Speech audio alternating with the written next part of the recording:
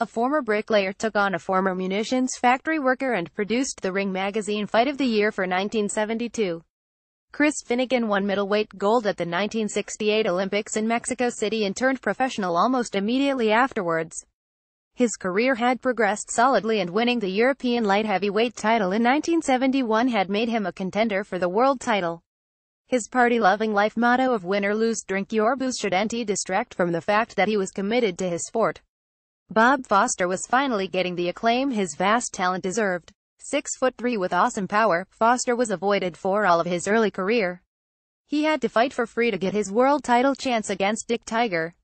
His attempts to break into the more lucrative heavyweight division had been successful, but at light heavyweight he was untouchable.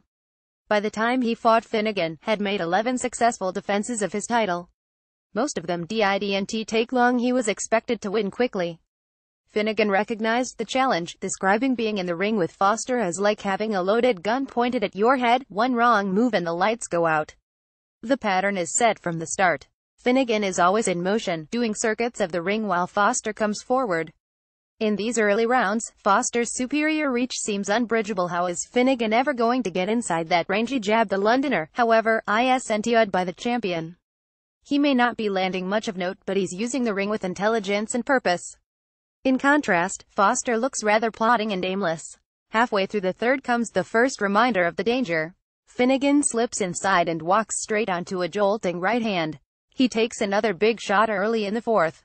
Their power leads commentator Harry Carpenter to declare Foster used to work in a bomb factory. And it looks as though he carried some of those bombs out of the factory and stored them in his gloves. But neither shot slows Finnegan down, and he goes on to have his best round of the fight so far. Dive in, land, get out of range and repeat. The prospect of a crushing early finish has been averted and a contest is breaking out. The best proof of Finnegan's success is Foster's frustration. He talks to Finnegan while they're in a clinch. He fires a wild right hook air shot near the end of the sixth. He earns booze for catching Finnegan after the bell for the end of the seventh. Foster will later admit that Finnegan's southpaw stance gave him trouble. It is clear that he is struggling to throw his punches with any timing or fluency.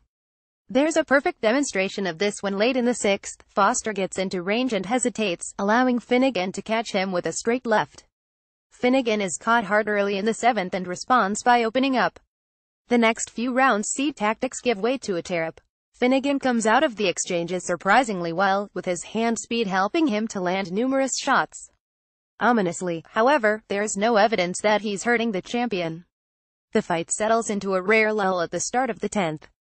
Just when it seems as if Finnegan might be able to plot a path to victory, a jab followed by a big right puts him down. The combination is thrown with a sharpness that Foster has lacked for most of the night. The challenger is up quickly, but he can no longer keep running. No choice but to stand in front of the man who throws bombs. In contrast, Foster is suddenly all energy. He's bouncing on his feet, driving around the ring with his hands down. He has the relieved cockiness of a man who's struggled but finds himself back on top. The crowd boo his showboating and roar with delight when one bit of fancy footwork leads him to slip. Having offered so much, Finnegan now looks vulnerable. On a couple of occasions, he absorbs more than seems possible. Finally, the end comes in the 14th with the jab and straight right combination again putting him down. He slumps onto his backside, and if it wasn't for the support of the ropes, head slump into the ringside seats. He stares at the ground and makes no attempt to beat the count. In what was almost certainly an understatement, Finnegan declared, "I'm tired, thoroughly tired, but I'm ready for the return when he is ready." Foster promised him a rematch, but it never happened. Finnegan was gazumped by Muhammad Ali.